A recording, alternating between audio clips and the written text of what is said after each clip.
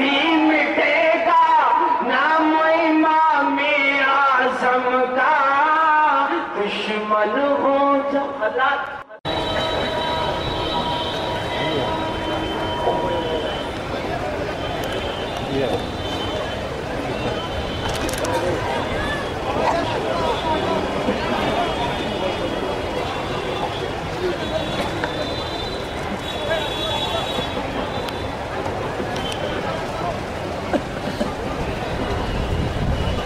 السلام علیکم ورحمۃ اللہ. الحمدللہ وکفی وسلام علی عبادہ الذین اصطفی.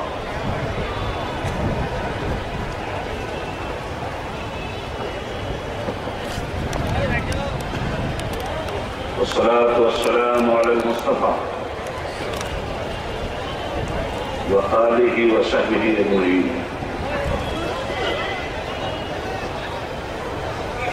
اعوذ باللہ من الشیطان الرجیم. بسم اللہ الرحمن الرحیم. یا ایہا الناس انا خلقناکم من ذکر وانثی وجعلناكم شعوبا وقبائل لتعارفوا إن أكرمكم عند الله أتقاكم إن الله عليم خبير. آمنت بالله صدق الله العلي العظيم وبلغنا رسوله النبي الأمين الكريم الرؤوف الرحيم ونحن على ذلك لمن الشاهدين والشاكرين فالحمد لله رب العالمين.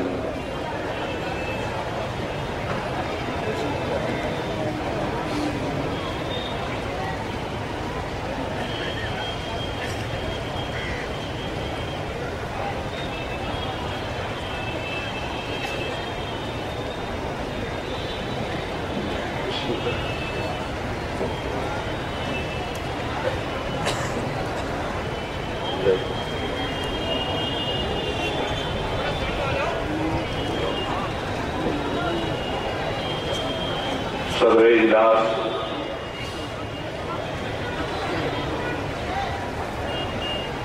یادگار سلف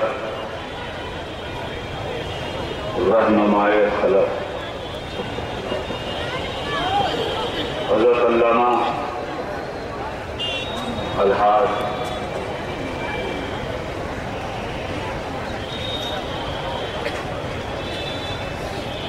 مرشد طریقت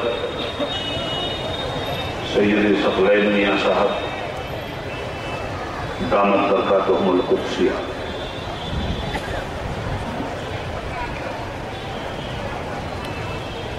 عالم بے بدل فاضل اجل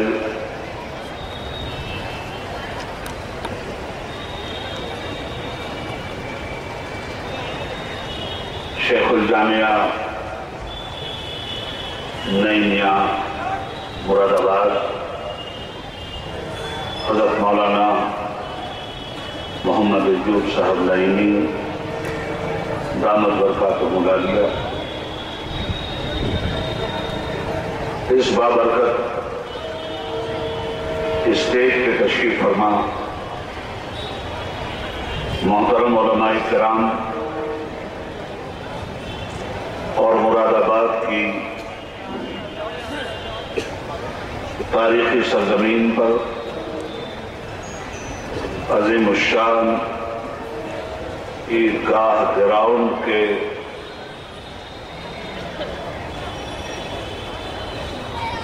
اندر تشریف فرما ہونے والے بزرگوں،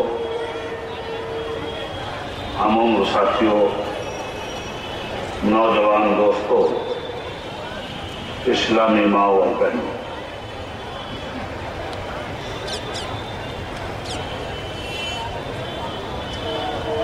قبل اس کے کہ اس خیر و برکت کے ماحول میں میں لب کشائی کی سعادت حاصل کروں، آپ تمامی حضرات سے میری مخلصانہ اور مؤدبانہ گزارش ہے، آئیے ہم اور آپ سب سے پہلے حصول برکت کے لیے کونین کے تاجدار، دونوں عالم کے مالک و مختار، ہم غریبوں کے غمگسار، سید ابرار و اخیار، آقائے نامدار، شہنشاہ ذی وقار، نائب پروردگار، گلشن ہستی کی اولین فصل بہار، احمد مجتبیٰ، کملی والے مصطفیٰ، جناب محمد رسول اللہ صلی اللہ علیہ وآلہ وسلم کی مقدس بارگاہ میں ہدیہ درود و سلام پیش کر کے اپنی غلامی اور عقیدت کا ثبوت پیش کریں۔ صلی اللہ علی النبی الأمی وآلہ صلی اللہ علیہ وسلم، صلاۃ و سلام علیک یا رسول اللہ وسلم علیک یا حبیب اللہ۔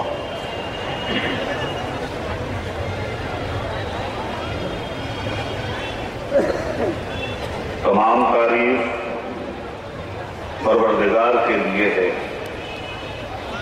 جس نے ہمیں اور آپ کو خیر و برکت کے ماحول میں پروان چڑھایا اور حضرت ثقلین میاں صاحب کی سرپرستی اور روحانی رہنمائی میں آج کا یہ اجتماعی نکاح منعقد ہو رہا ہے۔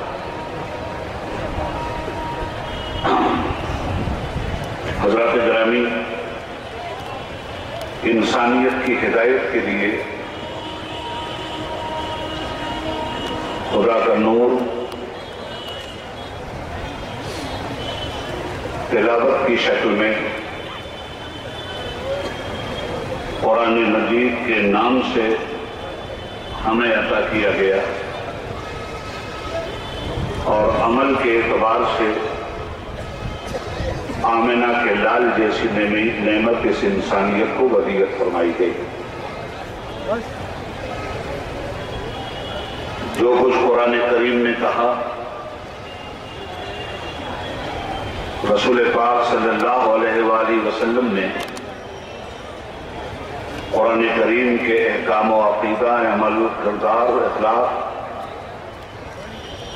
کے احکام کو اپنے پیکر محسوس میں ڈھال کر دنیا کے لیے نمونہ عمل بنا دیا۔ قرآن حکیم میں ہم عقائد کی آیتیں بھی پڑھتے ہیں، اعمال کی آیتوں سے بھی ہمیں سابقہ پڑتا ہے، اخلاق کی آیتوں سے بھی ہم برکت حاصل کرتے ہیں، تجارت کی آیتیں بھی ہمیں رہنمائی کا نور دیتی ہیں، عبادت کی آیتیں بھی ہمیں عابد و زاہد ہونے کی راہیں فراہم کرتی ہیں، اور ساتھ ہی ساتھ انسان سماجی اعتبار سے کیسے زندگی گزارے، انسان معاشرتی اعتبار سے کیسے زندگی گزارے، انسان اپنے کھان پان میں کیا رویہ اختیار کرے، انسان اپنے لباس کے ساتھ کیا سلوک کرے، انسان صفائی اور طہارت میں کون سا راستہ اپنائے۔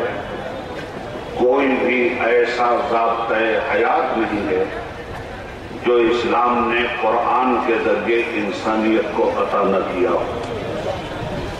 آج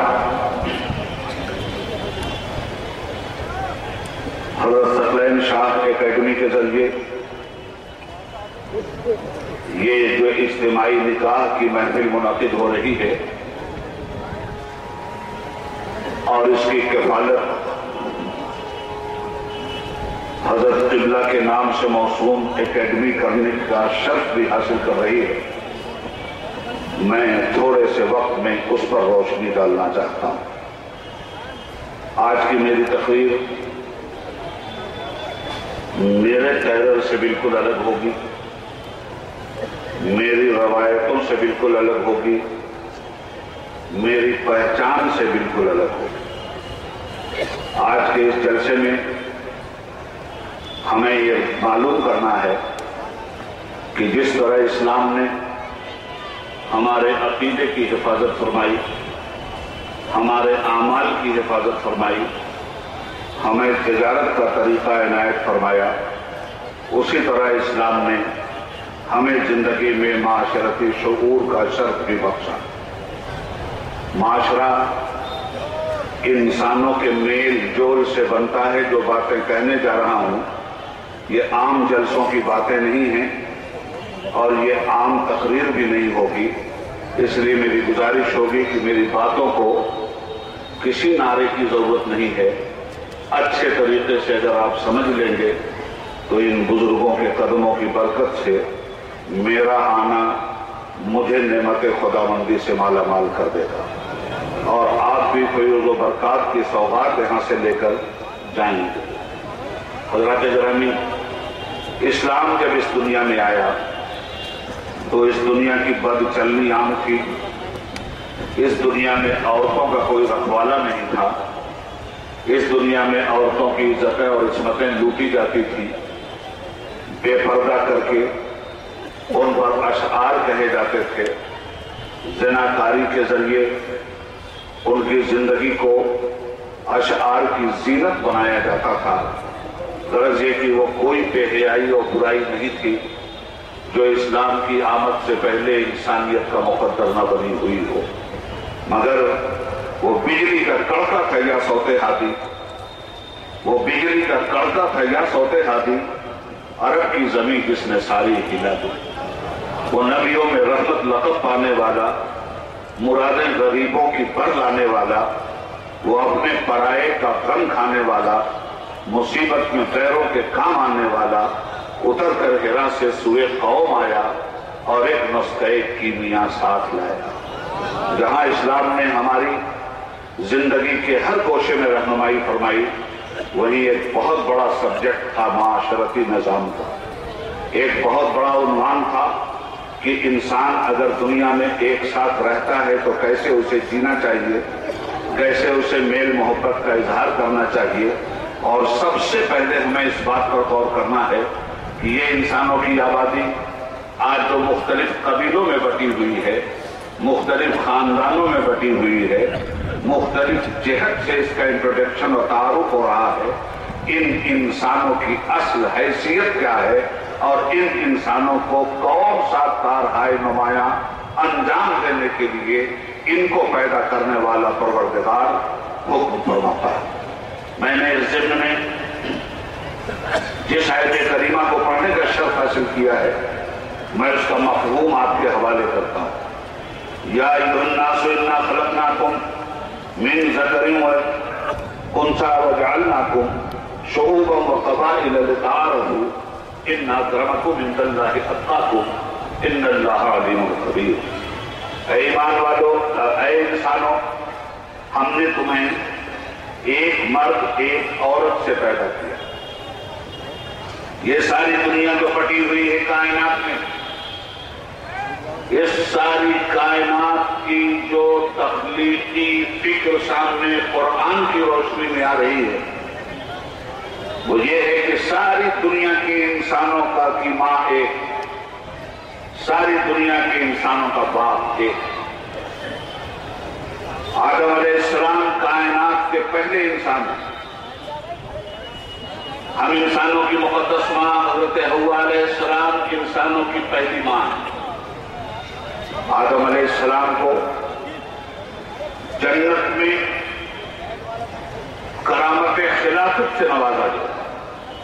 بہت غور سے سنیے گا بات۔ آدم علیہ السلام کے سر پر جنت میں تاج خلافت رکھا گیا۔ آدم علیہ السلام کا وطن جنت ہے۔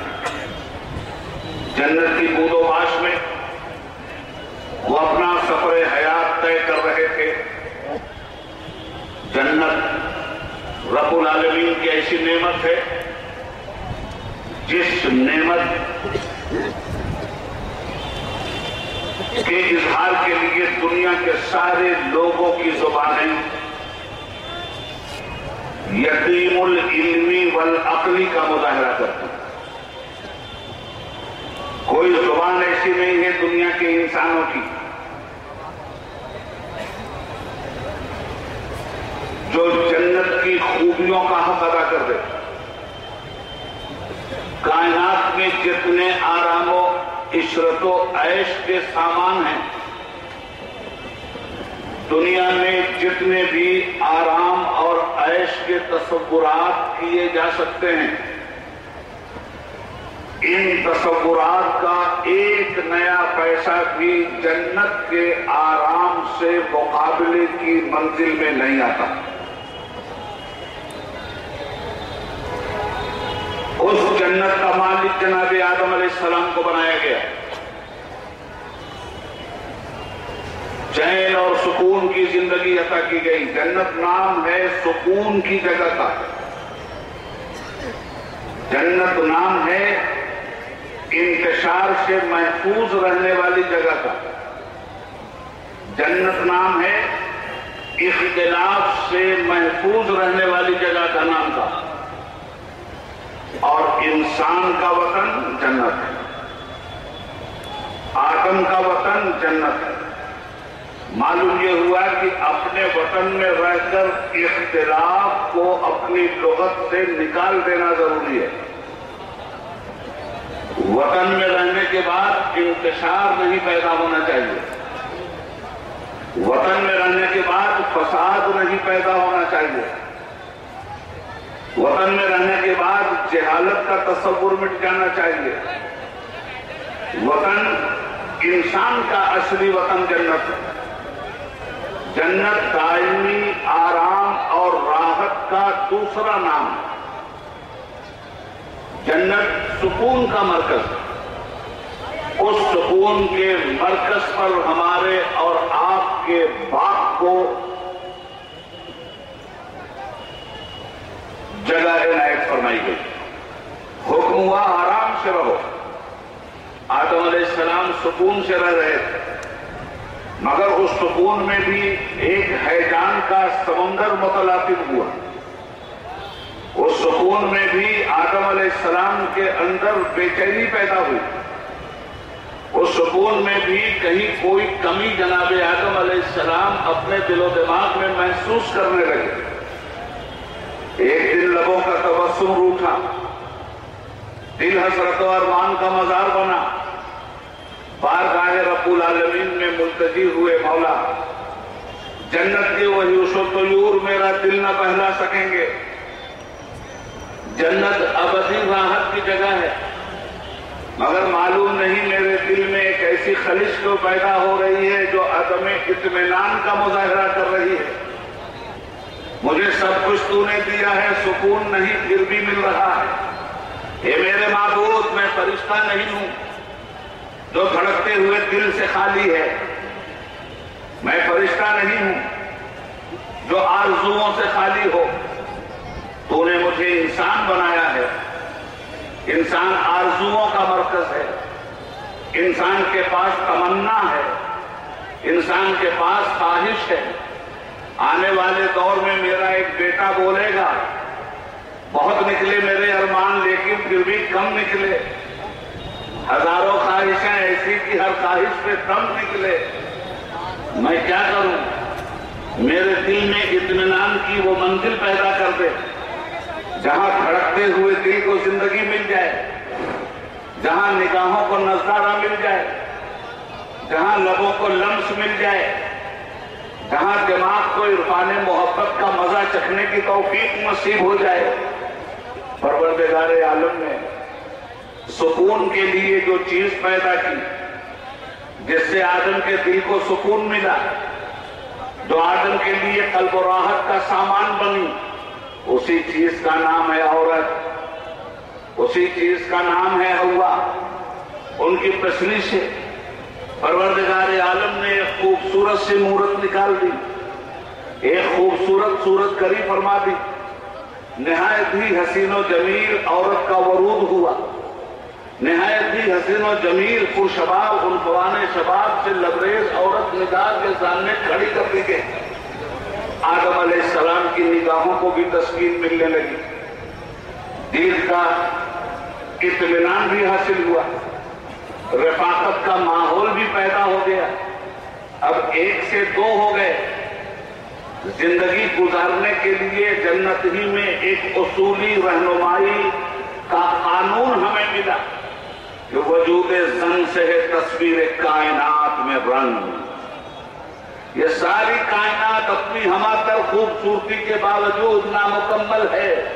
اگر عورت نہ ہو، اس کے لبوں کی مسکراہٹ نہ ہو، اس کی نگاہوں کی حیا نہ ہو، اس کے وجود کی عظمت نہ ہو، اس کے ذریعے تخلیق کے مادے عالم وجود میں محسوس نہ کیے جائیں، ایک عورت جنت میں لتسکنوں کا مظہر بن گئی، آدم کے سکون کا مظہر بن گئی۔ یہی سے مزاج ملا مسلمانوں کہ انسان بلا عورت کے پرسکون نہیں رہ سکتا۔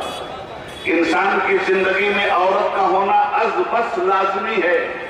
انسان کو نفس امارہ دیا گیا ہے، اس کا کنٹرول عورت کے ذریعے کروایا گیا۔ انسان کے اندر ہزاروں ناجائز خواہشیں پیدا ہوتی ہیں، ان تمام تر خواہشوں کی سرحدوں پہ پابندی اسی وجود زن سے لگی، اس لیے کہ اس دنیا میں یہ انسان جانوروں کی فطرت و جبلت لے کر نہیں پیدا ہوتا۔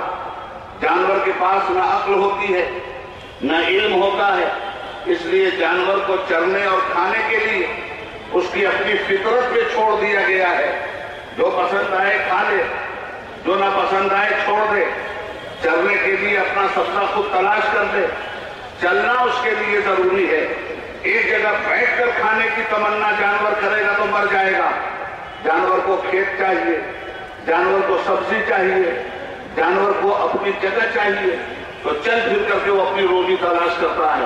نہ چلے پھرے، نہ محنت کرے، مر جائے گا۔ یہی سے حضرت ایک قانون ہمیں فطرت دے رہی ہے کہ اگر صحیح و عمل تمہاری زندگی میں نہیں ہے، دوڑ دھوپ تمہاری زندگی میں نہیں ہے، محنت و مشقت تمہاری زندگی میں نہیں ہے، کوشش کا حوصلہ تمہارے اندر نہیں ہے، تو تم حالات کو نہیں بدل سکتے۔ جیسے مظفر پور ہوا ہے، ایسے ہی ہر جگہ مظفر نگر ہوتا رہے گا۔ اگر مظفر نگر سے بچنا ہے تو حالات میں تبدیلی تمہیں پیدا کرنی ہوگی، اپنے حالات کو تمہیں بدلنا ہوگا، اپنے اعمال کو تمہیں درست کرنا ہوگا، اپنے عقیدے میں تمہیں سدھار پیدا کرنی ہوگی۔ اسی لیے کہا تھا شفیق جون پوری میں نظر آئی ہے گلشن میں ہوا ناسازگار اپنی، گلے باغ خلیلی بھیج دے بادے بہار اپنی، طریق مصطفیٰ کو چھوڑنا ہے وجہ بربادی۔ اسی سے قوم دنیا میں ہوئی بے اقتدار اپنی، ہمیں لازم ہے شاہنشاہ بطحہ کی رضا جوئی، وہ اپنے ہو گئے تو رحمت پروردگار۔ محترم سامعین، بات کو اچھی طرح سے سمجھیے گا۔ ہم نے تم تمام انسانوں کو ایک ماں ایک باپ سے پیدا کیا، ایک جوڑے سے پیدا کیا۔ سکون آدم کے لیے عورت کا ہونا لازمی تھا۔ اب اس کے بعد کی کہانی آگے بڑھتی ہے۔ یہ لوگ جنت سے زمین پر آئے، توالد و تناسل کا سلسلہ جاری ہوا، اولادیں پیدا ہونے لگی، انسان بڑھنے لگا۔ اس انسان کی آبادی میں غور سے سنیے گا، اس انسان کی آبادی میں جب آدمی اکٹھا ہوا تو ضرورتیں بھی بڑھی، ضرورتیں بڑھی تو اس میں دل دماغ کے میل ملاپ سے آگے بڑھ کر ان ضرورتوں کو حاصل کرنے کی کوششیں بھی شروع ہوئی۔ اچھی طرح سے بات سن لو۔ اب جب خاندان بننے بڑھنے لگے تو اس سے معاشرے نے جنم دیا۔ بات ذرا میں اونچی کر رہا ہوں اور سمجھنے کی آپ سے اپیل کر رہا ہوں۔ معاشرے نے جنم دیا، سماج بنا۔ انسان کی عادت کیا ہے؟ بستی کرو یار. انسان بستی بسا کے بستا ہے. غور سے سننا بات. بہت اہم پروگرام حضرت نے کیا ہے. انسان کبھی اکیلا نہیں رہ سکتا. الجھے گا, خودکشی کرے گا, گھبرا کے کہے گا. اب تو گھبرا کے یہ کہتے ہیں کہ مر جائیں گے, مگر میں کہتا ہوں مر کے بھی چین نہ آئی تو کدھر جائیں گے. اس لیے انسان کو معاشرتی زندگی گزارنے کی فطرت دی گئی. کسی بھی جگہ آپ دیکھو کوئی مکان نہیں, کوئی نہیں رہتا. آپ اپنا مکان بنوانا شروع کرو. جہاں ایک مکان بنا دھیرے دھیرے بنیادیں پڑنے لگتی ہیں, لوگ آنے لگتے ہیں اور کاروبار بننے لگتا ہے. ایک محلہ بنا, اس محلے سے ایک گاؤں بن گیا. جب گاؤں بنا تو مختلف طرح کے لوگ آئے, مختلف عادتوں کے لوگ آئے, مختلف مزاج کے لوگ آئے. اب اس کے بعد یہ مختلف لوگوں کا ایک سماج بنا. اس اختلاف کو ختم کرنے کے لیے اسی گاؤں میں اتحاد کی ایک شکل پیدا کی گئی. قانون کو روبہ عمل لایا گیا تاکہ لوگ اس قانون کے تحت اختلافات کی آگ سے بچ کر ایکتا کے سمندر کے پوتر پانی سے نہانے کی کوشش کریں. میرے بھائیوں غور سے سننا بات. گاؤں جب پڑتا ہے تو قصبہ بن جاتا ہے, قصبہ جب پڑتا ہے تو شہر بن جاتا ہے, شہر جب پڑتا ہے تو greater Bombay, greater Calcutta, greater Madras اور گریٹر دلی بنتا ہے. تو اس طرح سے انسانوں کی جب آبادیاں بڑھتی ہیں تو پھر ایک پرابلم ہوتا ہے کہ اس آبادی کی موجودگی میں کہیں آپسی اختلاف انسانیت کی زندگی کو موت کے قالب میں نہ ڈال دے. اب اس سے بچنے کے لیے ایک خوبصورت معاشرے کی ضرورت ہوتی ہے, ایک خوبصورت سماج کی ضرورت ہوتی ہے. آدم علیہ السلام پہلے انسان ہیں جنہوں نے ایک خوبصورت سماج بنایا. اسی خوبصورت سماج میں ایک بیٹے نے غداری کی اور زمین پر قتل و فساد کے سلسلے کی ابتدا ہوئی. میں تاریخ کے وسیع میدان میں نہیں آپ کو لے جانا چاہتا, اپنی باتیں بہت قریب سے آپ کو بتانے کی کوشش کروں گا. کاروان حیات انسانی بڑھتا گیا. اب آدم علیہ السلام کے یہاں بچوں کی شادی کا سلسلہ شروع ہوا. تو ہر دور میں ایک بات ذہن میں رکھیے گا, عقیدے کی کہہ رہا ہوں. آدم علیہ السلام سے لے کر خاتم الانبیاء ہمارے آقا و مولا صلی اللہ علیہ وآلہ وسلم تک عقیدہ ہمیشہ ایک رہا. عقیدے کی ترجمانی ہمیشہ ایک رہی ہے. تمام نبیوں کا عقیدہ ہے, تمام نبیوں کا پیغام وحدانیت ہے, تمام نبیوں کا پیغام رسالت ہے.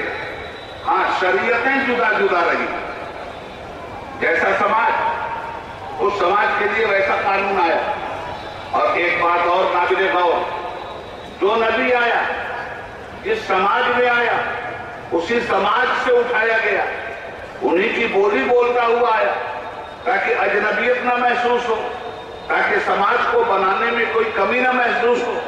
جو نبی آیا ہے جس سماج میں آیا ہے اس کی بولی بولتا ہوا آیا ہے. یہی وجہ ہے کہ عرب میں جب خاتمیت محمدی کا ظہور ہوا تو چونکہ عرب تھا, عربی لسان تھے لوگ, اس لیے ہمارا مصطفیٰ بھی عربی بولتا ہوا آیا, عرب میں آیا, عربی سماج میں آیا. اب یہ شادی بیاہ کا مسئلہ, یہ بڑا اہم معاملہ, یہ نکاح کا معاملہ بڑا اہم مسئلہ ہے. قرآن کہتا ہے کہ ہم نے تم کو ایک ماں باپ سے پیدا کیا اور تمہاری اکثریت کو قبیلوں میں بانٹ دیا. سمجھنا بات کو اچھی طرح سے, خوب اچھی طرح سمجھنا بات. پھر میں کہہ رہا ہوں کہ یہ عام تقریر نہیں ہے, اور میں بھی اپنے رخ سے اور اپنی پہچان سے الگ ہٹ کر بول رہا ہوں.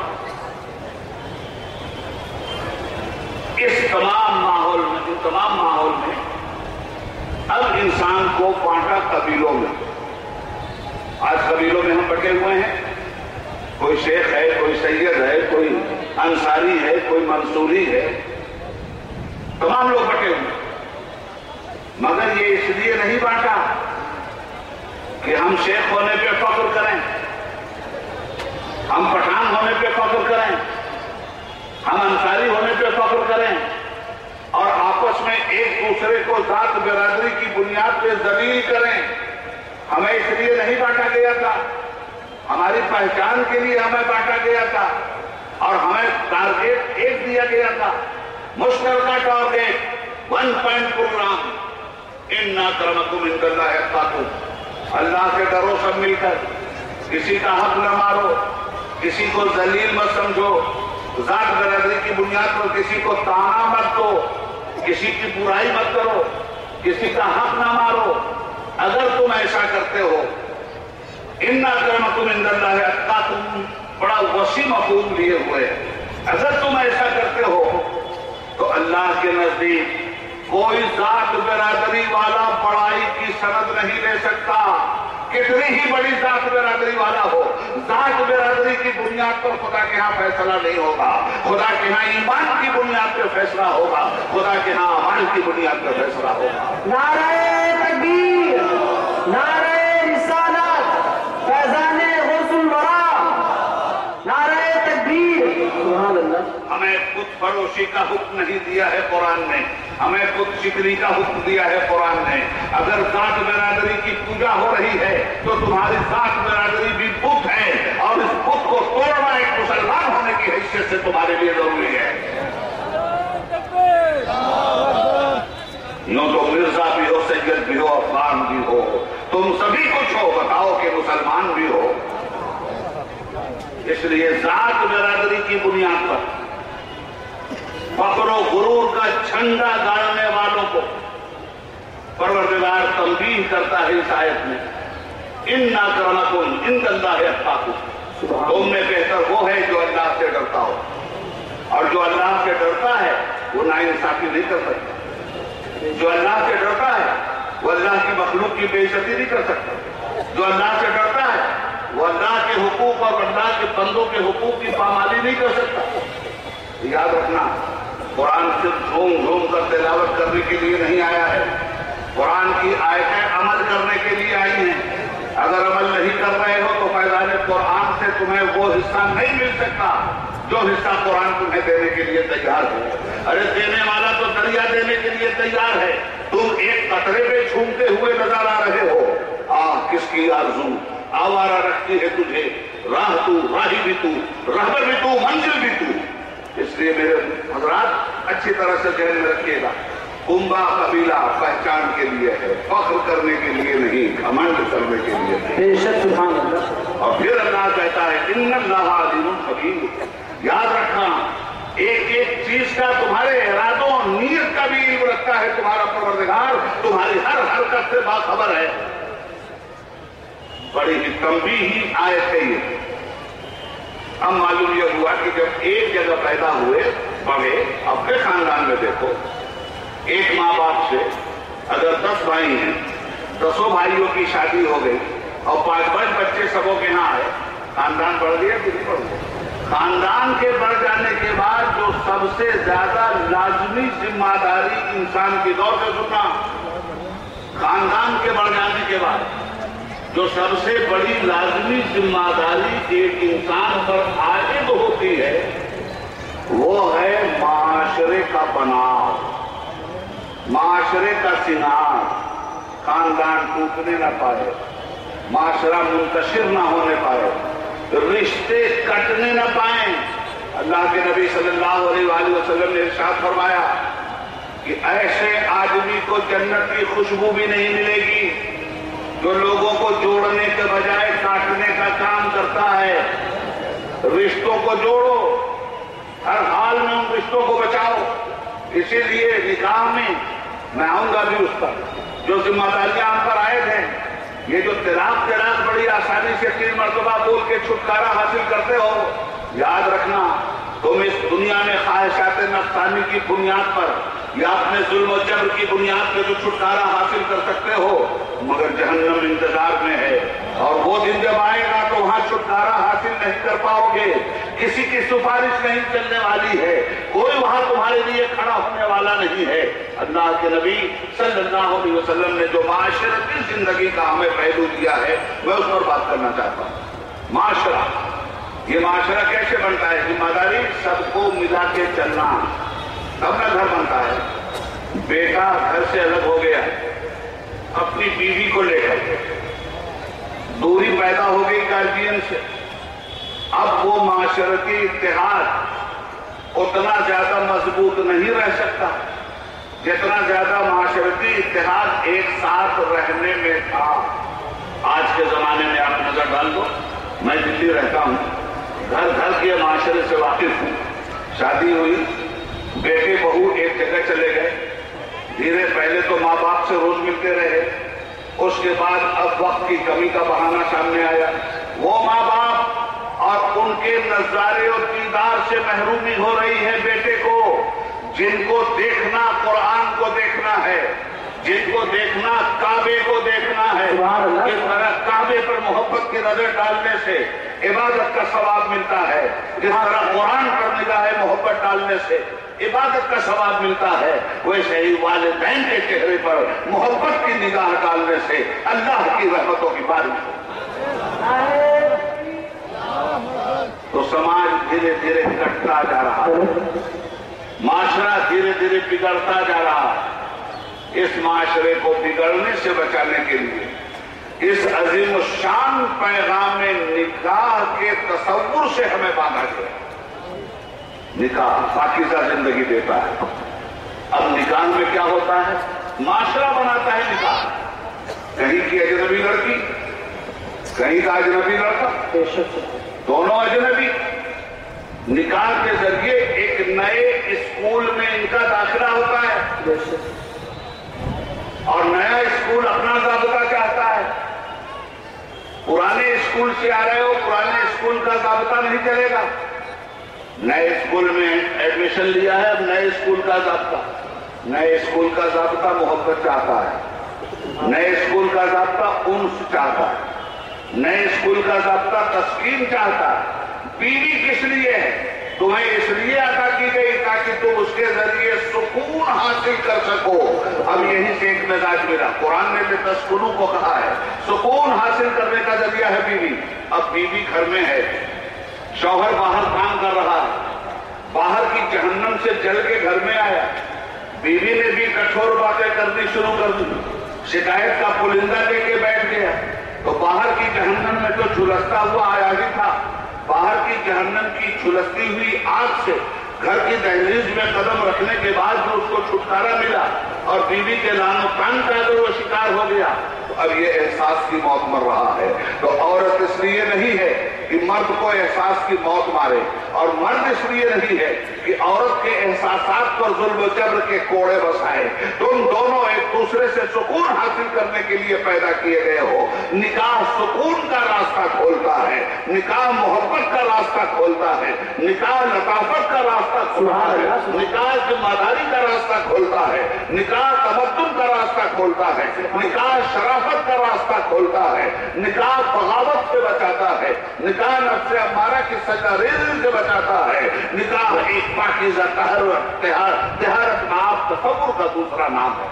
ہلو، نعرہ تکبیر! اچھی طرح سے ذہن میں رکھنا مسلمانوں بات کو، یہ بہت بڑا کام ہوگا۔ محترم سید ثقلین میاں صاحب قبلہ نے کیا ہے، یہ معمولی کام نہیں، یہ بزرگوں کی وراثت ہے، جس وراثت کے مظہر ہیں ثقلین میاں صاحب۔ یہ وراثت ہے بزرگوں کی، یہ اسلام کی وراثت ہے، یہ اس فکر کی وراثت ہے جو فکر ہمارے قسط اول میں ڈال دی گئی تھی۔ سکون حاصل کرو۔ اب جب سکون حاصل کرنے کے لیے آدمی کوشش کر رہا ہے تو ڈیمانڈ کرتا ہے، بیوی چاہیے، صوفہ سیٹ چاہیے، یاماہا موٹر سائیکل چاہیے، کار چاہیے۔ ارے نکاح اس کے لیے نہیں ہوتا، نکاح سکون دینے والی بیوی تلاش کر۔ سبحان اللہ۔ مال چاہیے، جہیز چاہیے. اچھا، ان تمام تر چیزوں کا کھنڈن نہ ہو رہا ہے، نہیں ہونا چاہیے. قانون بھی ہمارے ملک میں بن گیا، دنیا کے ہر مہذب ترین ملک میں قانون بنتا ہے کہ جہیز دینے والوں پر، جہیز کی ڈیمانڈ کرنے والوں پر قانون اپنا شکنجا کسے گا. دولت چاہیے، دولت مند گھرانہ چاہیے. ایسی عورت آئے جس کے ہاں دولت کی بھرمار ہو تو بگاہٹ ہوتی ہے نا. آج میں ابھی تک فتوے کی تلوار کوئی نہیں نکالے گا جب تک میری بات پوری نہ ہو جائے. میں آج ان لوگوں کا ساتھ دینے کے لیے تیار ہوں جو مالدار عورت تلاش کرتے ہیں. ثقلین میاں صاحب نے غریبوں پہ نظر ڈالی ہے. میں ان لوگوں کی حمایت کرتا ہوں جن کی نظر میں مالدار گھرانے ہیں. مالدار عورت چاہیے تاکہ جب گھر میں آئے تو مال اور خزانے سے گھر مکمل طور پہ بھرا ہوا ہو. چلو میں تمہاری تعریف کرتا ہوں، میں تمہارے ساتھ ہوں. لڑ لوں گا ان علماء سے، سمجھ لوں گا ان خانقاہوں کو، سمجھ لوں گا اس گورنمنٹ کو بھی. سب کہتے ہیں کہ مال دولت پہ نظر مت رکھو، جہیز کی ڈیمانڈ مت کرو. میں تم سے کہتا ہوں مال دولت پہ نظر رکھو. عورت کو دیکھو جس عورت کے پاس جہیز کا خزانہ ہو، ورنہ مت کرو ایسی عورتوں کے شادی جو غریب ہوں، جن کے پاس خزانہ نہ ہو، جن کے پاس مال نہ ہو. اب تو لوگ خوش ہو گئے ہوں گے. کرو ایسی عورت سے شادی.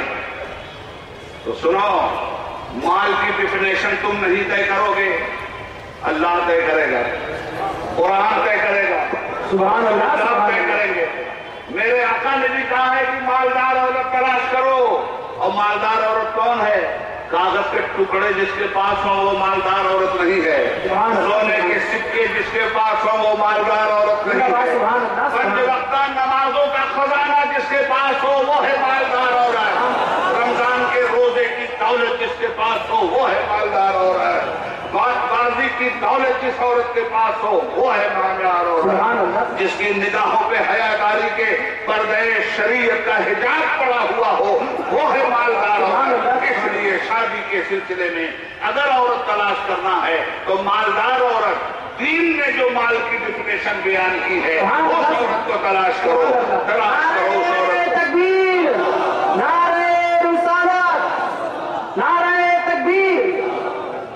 تلاش کرو اس عورت کو، تلاش کرو ایسے گھرانے کو جہاں پنج وقتہ نمازیں ہوتی ہیں، جہاں قرآن کریم کی تلاوت ہوتی ہے، جہاں اللہ کا ذکر جمیل ہوتا ہے، جہاں برائیوں سے بچنے کی تدبیر ہوتی ہے، جہاں بے حیائیوں کی جگہ حیاداری کے پہرے اور پردے ہوتے ہیں، جہاں طبیعت کو شریعت میں منتقل کرنے کا مزاج پیدا ہوتا ہے.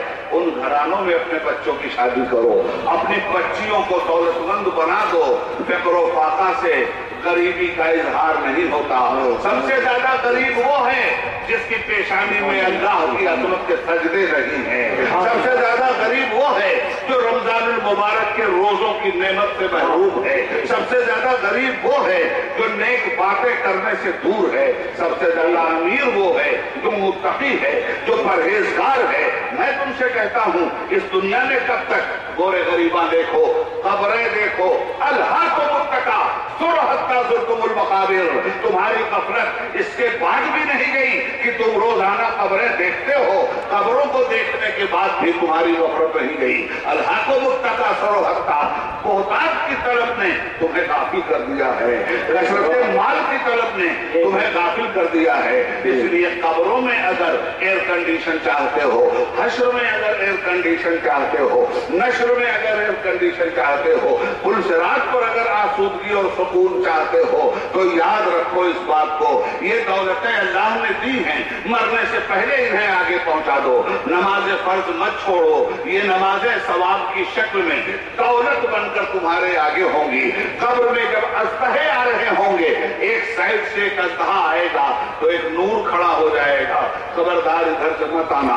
روایتوں میں آتا ہے کہ وہ نماز ہوگی تو اگر برائیاں نہیں کیا تم نے، بھلائیوں کی راہ پہ چلے تو قبر سے لے کے حشر و نشر تک تمہارے ہی لیے تو ہے جنات عدن تجری من تحتها الانہار خالدین فیہا۔ سبحان اللہ سبحان اس لیے مسلمانوں، اس نکاح کے آداب کو، اس نکاح کی ڈیمانڈ کو، اس نکاح کی ڈیوٹی کو، اس نکاح کے فرائض کو سمجھنے کی ضرورت ہے۔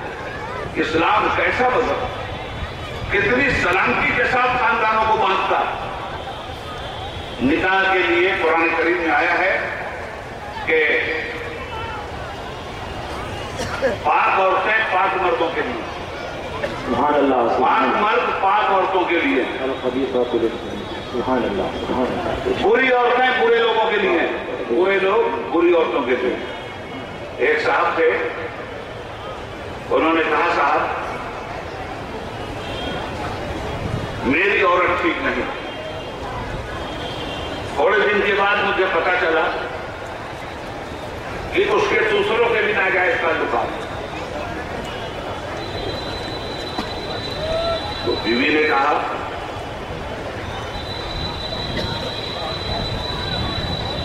کہ اگر میں پاکیزہ نہیں ہوں تو اس نے نکاح سے پہلے کون سے اچھے کام کیے؟ تو شوہر گئے تھے یہ کہنے عالم دین کے پاس کہ کوئی تقوی شعار اچھی پاک تمہاری کہیں کسی سے ناآشنائی نہ کیے ہوئی عفت مآب عورت کو کی شناخت کر کے مجھے بتا دیجئے، میں اس سے شادی کرنا چاہتا ہوں۔ کہا انہوں نے فطرت کے فیصلے تو نہیں بدلتے، تیرے لیے وہی عورت ٹھیک ہے جس عورت سے تو نے شادی کیا ہے۔ پاک باز عورت کی ناپاک مرد سے شادی کرنے کا کیا مطلب ہے؟ قرآن تو کہتا ہے پاکیزہ لوگوں کے لیے، پاکیزہ عورتیں ہیں، خبیث لوگوں کے لیے خبیث عورتیں۔ اب نکاح کی منزل میں جب آئے تو ہوتا کیا ہے بھائی؟ نکاح میں ایک لفظ ہے قبیل کو، وہ آدمی کی دنیا بدل دیتا ہے، آدمی کا تصور حیات بدل دیتا ہے، آدمی کی سوچ بدل دیتا ہے، ایک نئے زاویے سے نئے مرحلے میں داخل کر دیتا ہے۔ قبیل کو قبول کیا میں نے، تو کیا قبول کیا؟ ایک عورت ہی کو قبول کیا ہے نا قبیلتوں میں، اسی قبیلتوں کو سمجھنے کی ضرورت ہے۔ مان میرے ذہن میں بات ابھی آئی، اسی قبیلتوں کو سمجھنے کی ضرورت ہے۔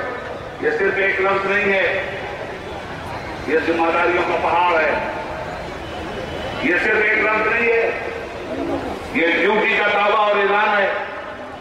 تم صرف ایک عورت کو قبول نہیں کر رہے ہو، اس کے دکھ سکھ کو قبول کر رہے ہو، اس قبیلتوں میں یہ چھپا ہوا ہے۔ اس کے آرام و آسائش کو قبول کر رہے ہو، اس قبیلتوں میں یہ چھپا ہوا ہے۔ اس کے احترام کو قبول کر رہے ہو، اس قبیلتوں میں یہ چھپا ہوا ہے۔ اس کے فیوچر کے تحفظ کی گارنٹی دے رہے ہو، اس قبیلتوں میں یہ چھپا ہوا ہے۔ اس کے بال بچوں کے حقوق اور نگہداشت کی ذمہ داری دے رہے ہو، اس قبیلتوں میں یہ چھپا ہوا ہے۔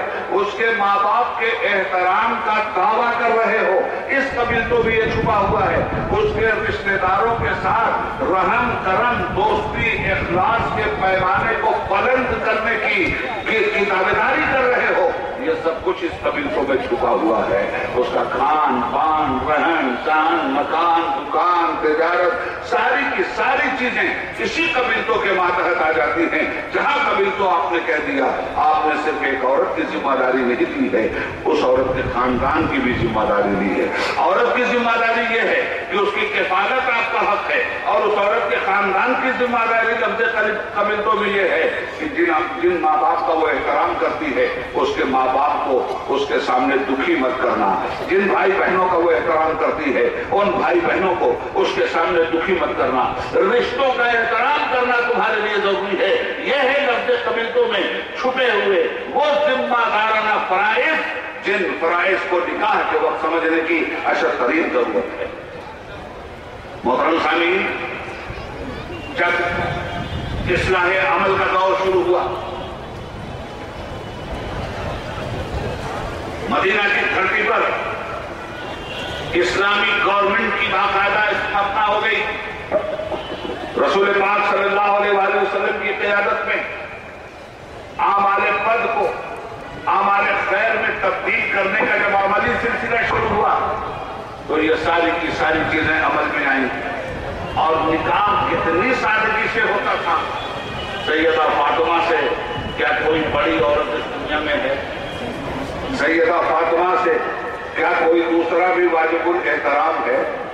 سیدہ فاطمہ سے کیا کوئی دوسرا بھی دولت مند ہے؟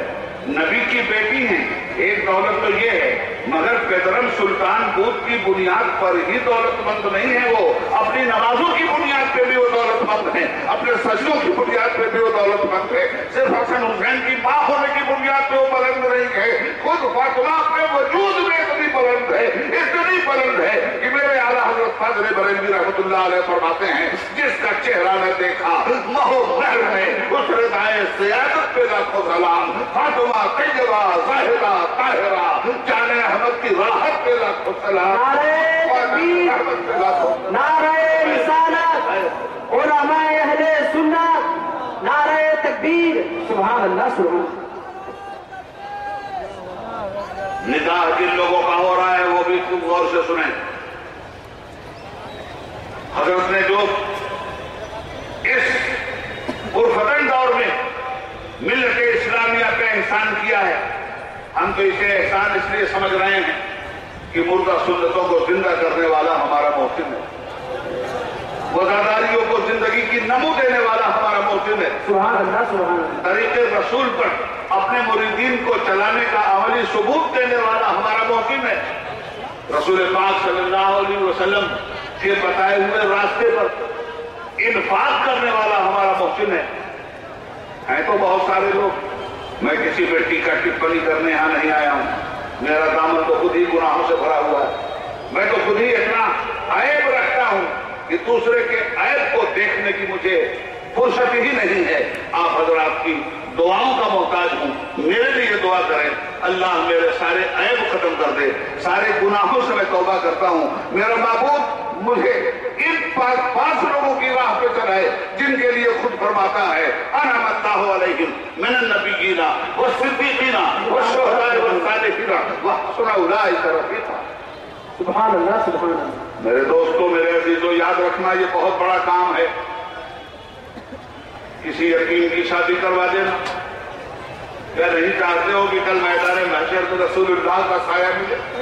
سبحان اللہ۔ یتیموں کے سر پہ دستے شفقت کو پھیر کے دیکھو، یتیموں سے محبت تو کر کے دیکھو، غریبوں سے پیار تو کر کے دیکھو۔ آقا گوجہاں صلی اللہ علیہ وسلم ارشاد فرماتے ہیں، مجھے دو چیزیں نہایت ہی پسند ہیں، ایک خوشبو، دوسرے عورت۔ یہ تن کے گورے من کے کالے لوگ رسول کی اس حدیث کو نہ سمجھ کر اپنی نفسانیت کے ترازو میں تولتے ہیں، مگر میرے آقا یہاں سے پیغام کیا دے رہے ہیں، دو چیزیں مجھے بہت پسند ہیں، خوشبو اور خوشبو کا کام کیا ہے؟ غور سے سنو بات، خوشبو فضا کو معطر کر دیتی ہے۔ سننا غور سے، بہت کام کی بات کر رہا ہوں۔ خوشبو فضا کو معطر کر دیتی ہے۔ خوشبو جس کے جسم پہ لگا ہو بازو والا بھی خوشبودار ہو جاتا ہے۔ تو رسول پاک فرماتے ہیں مجھے دو چیزیں پسند ہیں، خوشبو اور عورت۔ اس خوشبو سے عورت کا تعلق کیا ہے؟ میرے آقا کی کوئی بات حکمت سے خالی نہیں۔ تمہاری گلشن ہستی میں ایک پھول کھلا، ایک بیٹی کو رحمت کی شکل میں اللہ نے پیدا کیا۔ بہت بیٹیوں سے نفرت تھی لوگوں کو، زندہ گاڑ دیا کرتے تھے۔ اللہ کے حبیب نے ان بیٹیوں کے مرتبے کو اجاگر کیا۔ میرے آقا نے فرمایا میدان محشر کی گرمی تم نے قرآن و سنت کی روشنی میں دیکھی، پل صراط پر بوجھ تمہارے سامنے ہے، بال سے زیادہ باریک، تلوار سے زیادہ تیز، جہنم کے اوپر یہ پل رکھا جائے گا اور اسی پل سے ہر انسان کو گزر کر جنت میں جانا ہوگا۔ جو جہنمی ہوں گے کٹتے جائیں گے، بال سے زیادہ باریک، تلوار سے زیادہ تیز۔ میرے آقا فرماتے ہیں کہ کل تو ہر آدمی میری شفاعت کا طلبگار ہوگا، سب کے سب پریشان ہوں گے۔ اور حدیث میں بھی ہے آدم علیہ السلام سے لے کے عیسیٰ علیہ السلام تک یہ امت دوڑے گی، ہماری شفاعت کر دیجئے۔ سب کے سب نفسی نفسی کہیں گے اور نبی اذهبوا الی غیری، میرے نبی کے لبوں پر آنا رہا ہوگا۔ ہر نبی کہے گا دوسرے کے پاس جاؤ، میرے آقا فرمائے گے میرے پاس آؤ، میرے پاس آؤ۔ گناہگاروں سے پوچھو، حضور محدث اعظم ہند رحمۃ اللہ علیہ کا ایک شعر یاد آ گیا مجھے، گناہگاروں سے پوچھو زاہد و رتبہ محمد کا۔ سبحان اللہ سبحان اللہ۔ گناہگاروں سے پوچھو زاہد و رتبہ محمد کا، ارے انہیں قدر شفیع المذنبی معلوم ہوتی ہے۔ سبحان اللہ سبحان اللہ۔ گناہگاروں سے پوچھو زاہد و رتبہ محمد کا، انہیں قدر شفیع المذنبی معلوم ہوتی ہے۔ ایسے ماحول میں اگر اللہ کے رسول کی شفاعت چاہتے ہو تو بیٹیوں سے پیار کرو، بیٹوں سے زیادہ پیار کرو، بیٹوں سے زیادہ بیٹیوں کا دھیان رکھو۔ کوئی چیز لاؤ گھر میں کھانے کھلانے کی، پہلے بیٹی کے ہاتھ پہ رکھنا، پھر بیٹے کے ہاتھ پہ۔ کپڑا پہلے بیٹی کو دینا پھر بیٹے کو، زندگی کی آسائش پہلے بیٹی کو دینا پھر بیٹے کو۔ قرآن کے تاجدار حضرت محمد مصطفیٰ صلی اللہ علیہ وسلم نے حالات اور ماحول کے تمتماتے ہوئے شامیانے سے انسان کو نکالا اور سکون کے گہوارے میں پہنچا دیا۔ میرے آقا فرماتے ہیں اللہ نے جسے 3 بیٹی دی،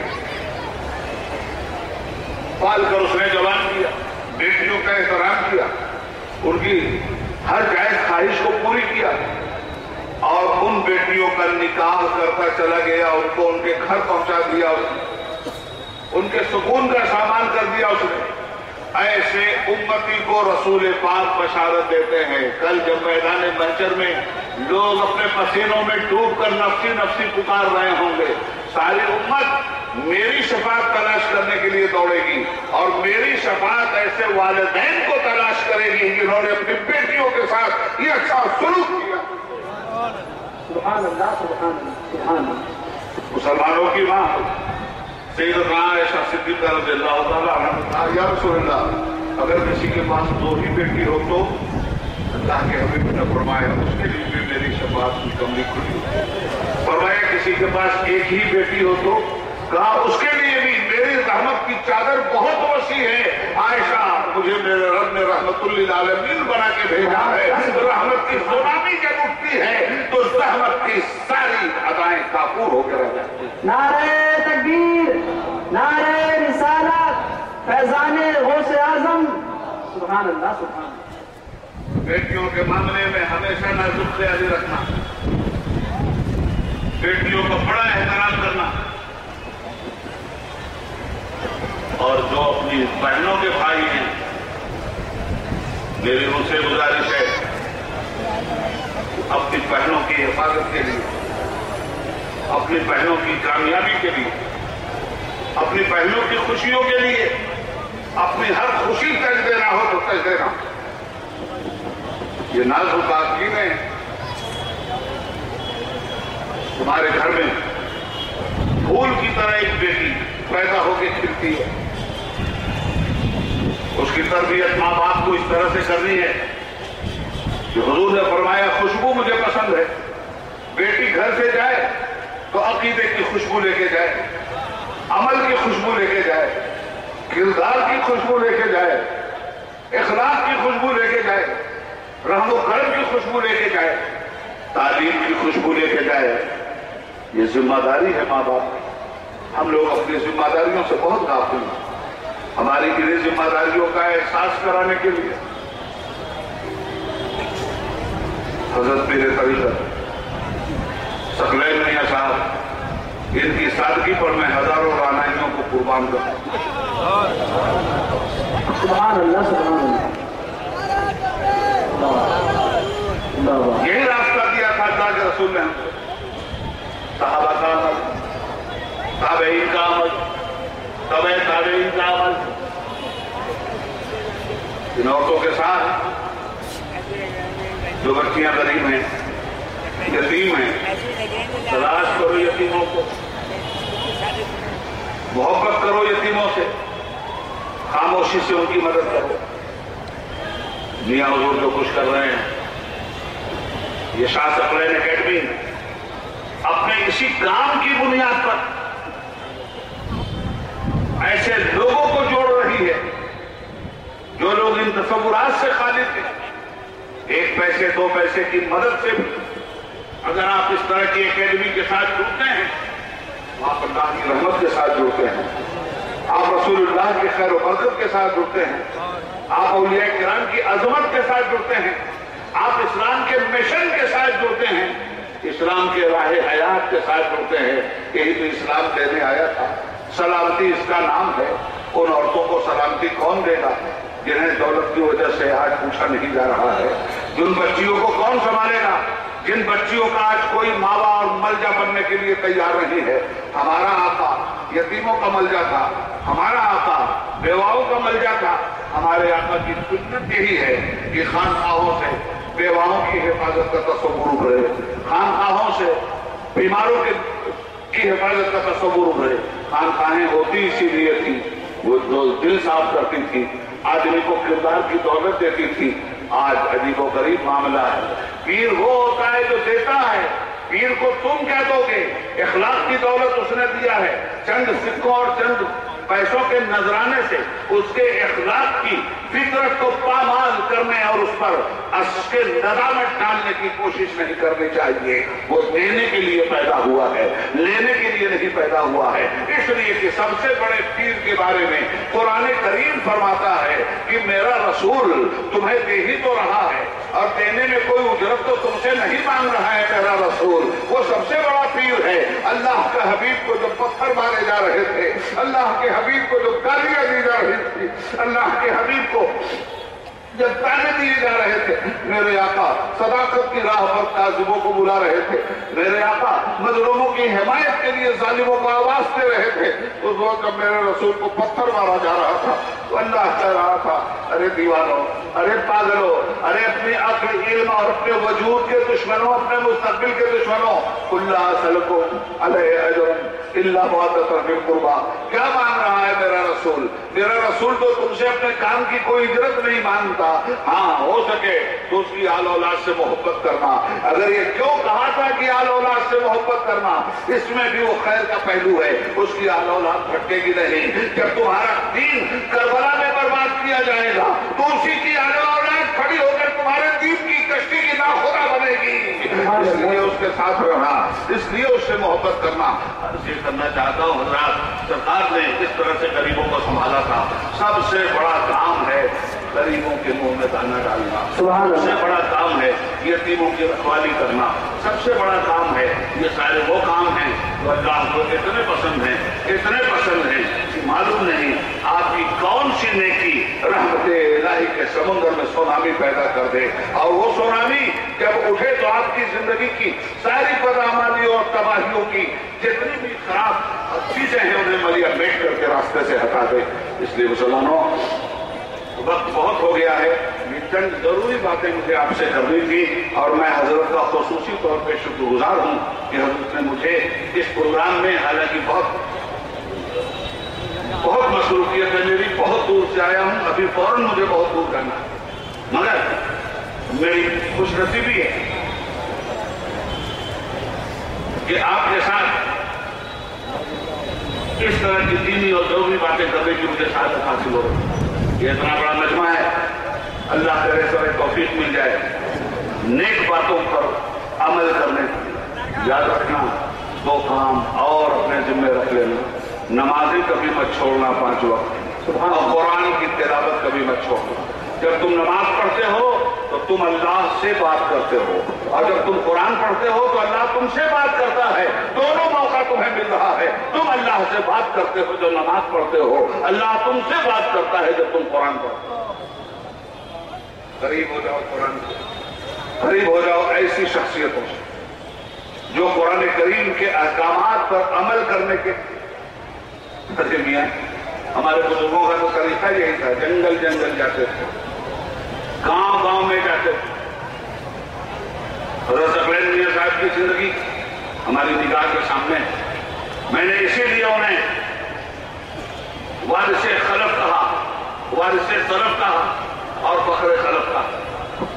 سلف کے وارث بھی ہیں اور ہم لوگوں کو روحانی گائیڈ لائن دینے والے ہیں۔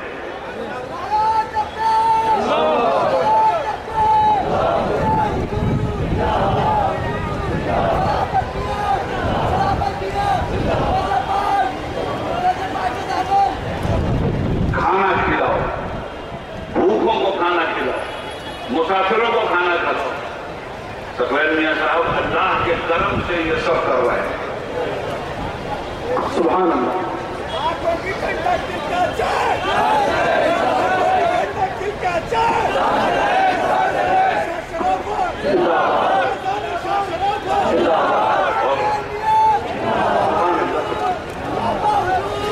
اس مقدس پروگرام میں شرکت کیجیے، جہاں تک ممکن ہو سکے میاں حضور کے ساتھ وابستہ رہ کر وہ نیکیاں کیجیے جن نیکیوں کی سوغات حاصل کرنے کے لیے آپ کو ایسا پیر ملا ہے جو عمل پہ یقین رکھتا ہے، شوبازی پہ نہیں،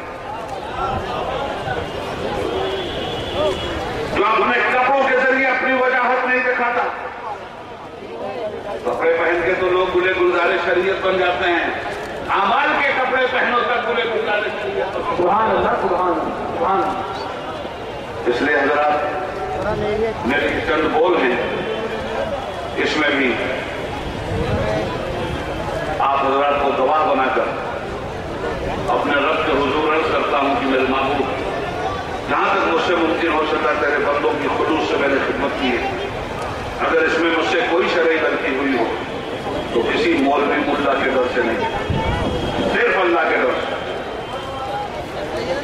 مجھے فتویٰ بازوں کی کوئی پرواہ نہیں، اور ایسے فتویٰ باز جن کی اپنی پوری زندگی پہ فتوے لگ سکتے ہیں۔ غیر کی آنکھوں کا دن کا تجھ کو آتا ہے نظر، دیکھ کافی اپنی آنکھوں کی ذرا شیطین بھی، اس لیے کسی مولوی ملا کے ڈر سے نہیں، صرف اور صرف اپنے اللہ کے ڈر سے۔ آپ حضرات کو گواہ بنا کر میں اپنی ساری اگلی پچھلی گناہوں سے توبہ کرتے ہوئے اس جلسے میں اگر مجھ سے کوئی شرعی خامی غلطی ہوئی وہ بولنے میں تو میرا رب مجھے معاف فرمائے۔ استغفر اللہ ربی من کل ذنب واتوب الیہ۔ یہ چند مفید باتیں مجھے آپ سے کرنی تھی، اللہ نے موقع دے دیا۔ اللہ تعالیٰ مجھے بھی عمل کی توفیق دے، آپ کو بھی عمل کی توفیق دے۔ حضرت ثقلین میاں صاحب کو پروردگار عمر خضری عطا فرمائے، ان کا سایہ ہمارے سروں پہ قائم رکھے، اور ان کے ذریعے اسی طرح خیر و برکت کا نورانی سلسلہ جاری رہے، تاکہ آنے والے دور میں ہم لوگ اپنی ذمہ داریوں کو احساس کر کے اپنے بزرگوں کے نیک کردار سے فائدہ حاصل کر سکے۔ خوب کی سیر چمن دھول چنے شاد رہے، باغ باغ جاتا ہوں گلشن تیرا آباد رہے۔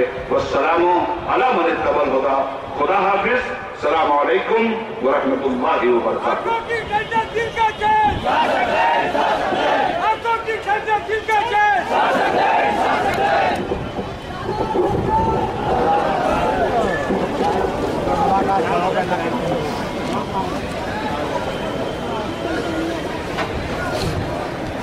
دستے قدرت کے شاہکار سلام، دستے قدرت کے شاہکار سلام، اے شہنشاہ ذی وقار سلام، اے چٹان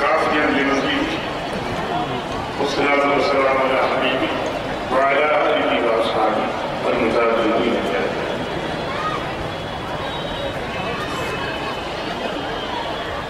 يا أيها الناس اعبدوا ربكم الذي خلقكم من نفس واحدة وخلق منها زوجها فالله مولانا العلي العظيم وبلغنا رسوله النبي الكريم ونحن على ذلك لمن الشاهدين والشاكرين. الحمد لله رب العالمين. پوری کائنات کے اللہ معلم انسانیت فخر موجودات ہماری آپ کی پوری دنیا کی ہدایت کا نام سرکار کا ارشاد ہے. غور سے سنیں آقا فرماتے ہیں حدیث متفق علیہ اس کو بخاری میں دو نقل کیا فرماتے ہیں السعی علی العملہ المسلمین كالمجاهد في سبيل الله وعشم من يقال قال أيضا كالقائم لا يخطب كالصعيد لا يزكي. مطلب یہ ہوا انسان اللہ سے قریب ہو جاتا ہے امتحان کی وجہ اللہ کی مخلوق سے محبت کرنا اس سے پیار کرنا اللہ سے پیار کرنا خاص طور غریبوں کا فقیروں کا مسکینوں کا بیواؤں کا اور یتیم بچیوں کا لحاظ رکھنا کہ اللہ سے محبت پیار کی کہ غریب ہوں الحمدللہ یہ حالات دیکھ کر کے اس سے کہنا پڑتا ہے کہ صحیح صبرین یا صاحب نے یہ وہ کام کیا ہے جو اپنی مثال ہے. اللہ تعالیٰ اس مشن کو قائم دائم فرمائے اور کہ تمام شرکا پر رحم و کرم فرمائے ان کے سایہ پر رحم و کرم فرمائے ان کی داعش علماء کی تکبیر فرمائے ہماری نیک مرادیں ربنا تقبل منا انك انت السميع العليم وتب علينا انك انت التواب الرحيم ربنا آتنا في الدنيا حسنة وفي الآخرة حسنة وقنا عذاب النار اللهم اهدنا الصراط المستقيم صراط الذين أنعمت عليهم غير المغضوب عليهم ولا الضالين. خدا بندہ ہمارے ہاتھ پر رحمت کرم فرما ہمیں ایمان پر قائم کر ہمیں ایمان پر قائم کر ہمیں ایمان پر قائم کر مسلک اہل سنت پر قائم کر صالحات کی توفیق حسنات ہم توفیق سیئات سے بچا لے ہمارا خیر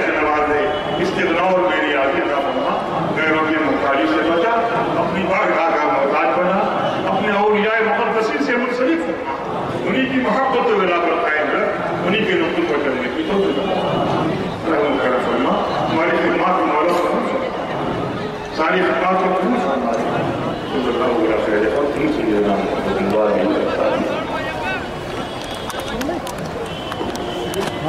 اللہ علیہ وسلم ہماری اکیڈمی کی پوری کاوشوں کو کوششوں کو اللہ ہمارے سارے کام جو بھی ہے ان کو صرف اپنے مشتمل کر دیا گیا اللہ جو بھی ہے ہم بڑی خوشبودی حاصل کریں اللہ ہمیں سب باتوں کو لے کر کوئی ایسی نقصانی پائے ہماری دنیا ہو جس کو بھی جان فرماتی کا سبب ہے اللہ ہمارے سارے کاموں کا قبول فرمائے اللہ لیکن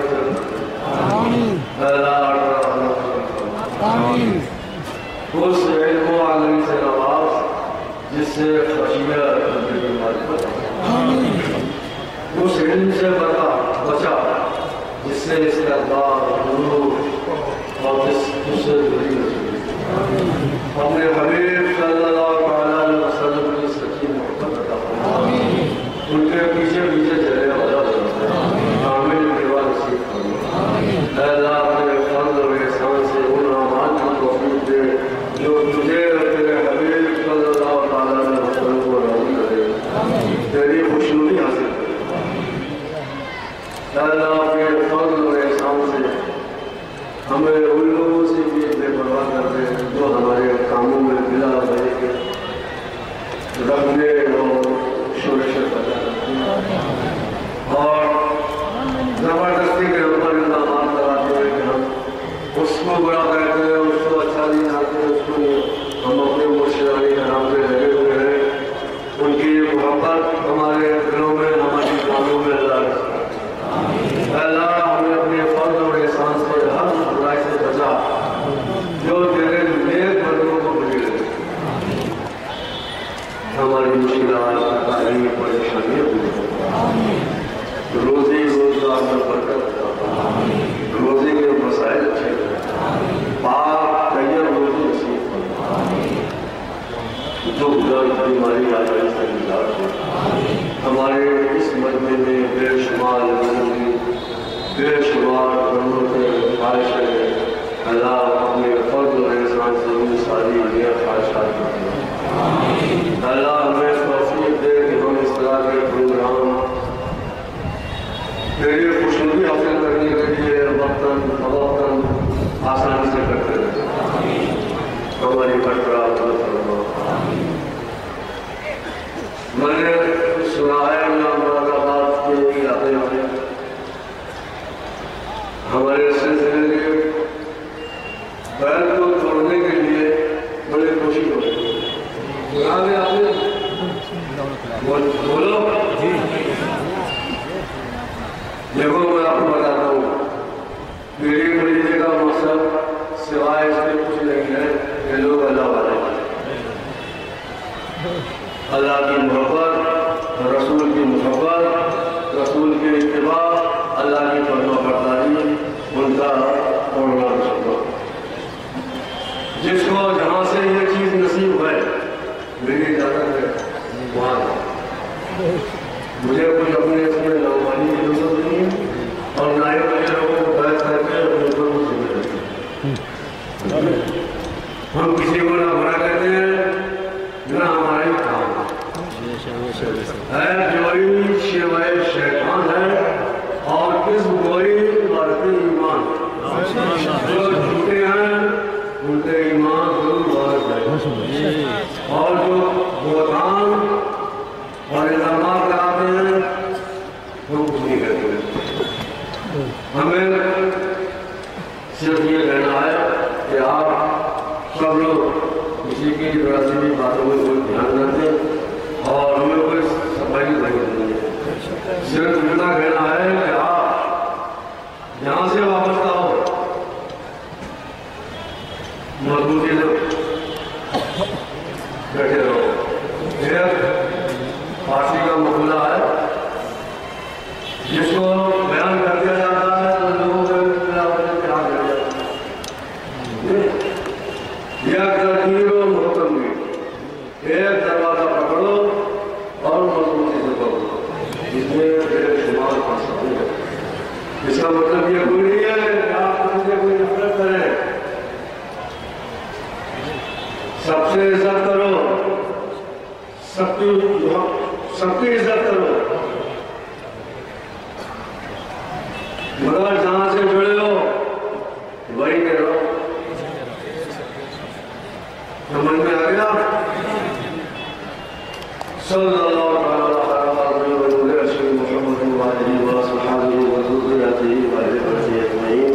الہ العالمین بہر جناب رحمت عالم رہے اسلام پر، ایمان پر ہم قائم رکھیں، محبت کرتا بندے شکیل رسل محشر کی، علی شیر خدا کی حضرت شبیر و شبت، ابو بکر و عمر عثمان و حیدر کی محبت ہے، صداقت ہے، عدالت ہے، صحابت ہے، شجاعت ہے، کرم سے نعمت حسن سفایت عنایت کر، تیرا جلوہ ہو جس منزل میں وہ منزل عنایت کر، سوئے دار البقا ہو یا الہی جب ہمیں جانا واقع سرور دین خاتمہ بالخیر فرمانا۔